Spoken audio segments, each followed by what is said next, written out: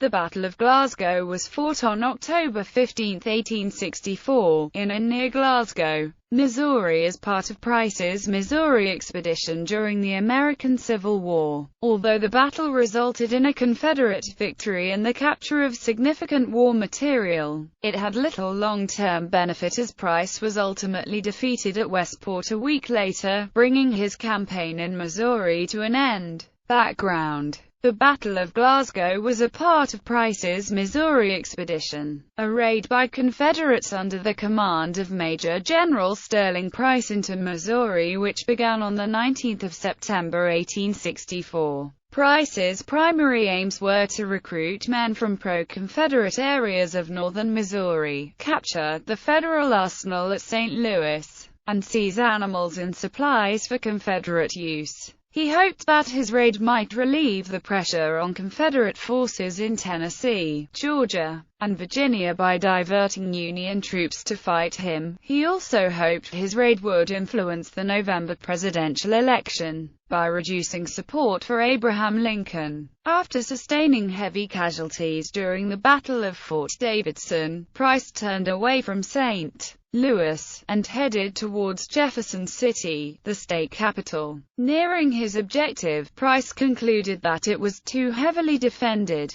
and ordered his troops to move further west towards Lexington and Kansas City. At this point, Price detached troops from his army to capture the city of Glasgow, on the Missouri River, having been informed of a storehouse there containing weapons and supplies. A Union garrison of 800 men was located in Glasgow, under the command of Colonel Chester Harding. The size of the Confederate forces engaged against him was reported as being between 1,500 and 1,800 troops including infantry, cavalry, and artillery. These were commanded by Brigadier Generals John Bullock Clark, Jr., and Joe Shelby. Battle. When the Confederates reached Glasgow, they laid siege to the town. 4 pieces of rebel artillery commenced shelling the city at 5 a.m. on October 15, 1864, and continued firing until 1 p.m. Additional cannon were deployed to support the infantry assault,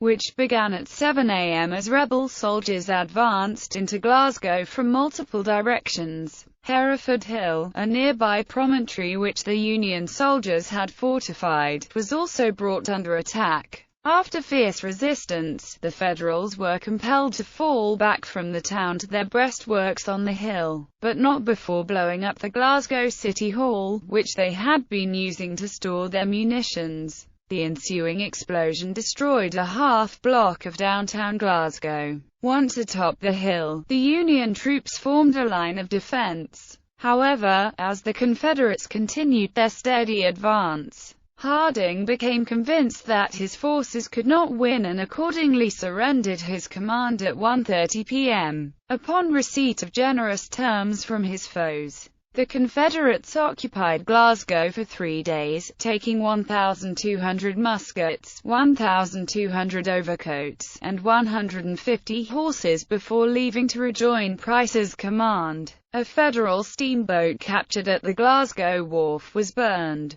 Captain G.A. Holloway, U.S. Adjutant General, testified to the uniform, kind and gentlemanly treatment the Federals received at the hands of Clark and Shelby. The paroled Union troops were permitted to retain their personal property, and officers were allowed to keep their sidearms after the surrender. Clark equally permitted his defeated foes to proceed by any route they might select to Union lines at Boonville, and promised not to disturb private property or citizens remaining in the town. Aftermath. The Confederate victory at Glasgow and the captured supplies proved a boost to the Confederates' morale, especially after their failures to take St. Louis or Jefferson City. Price's army would continue to advance through Missouri, but the high losses in men and material at the Battle of Westport on 23 October 1864 finally convinced Price to withdraw his forces from the state.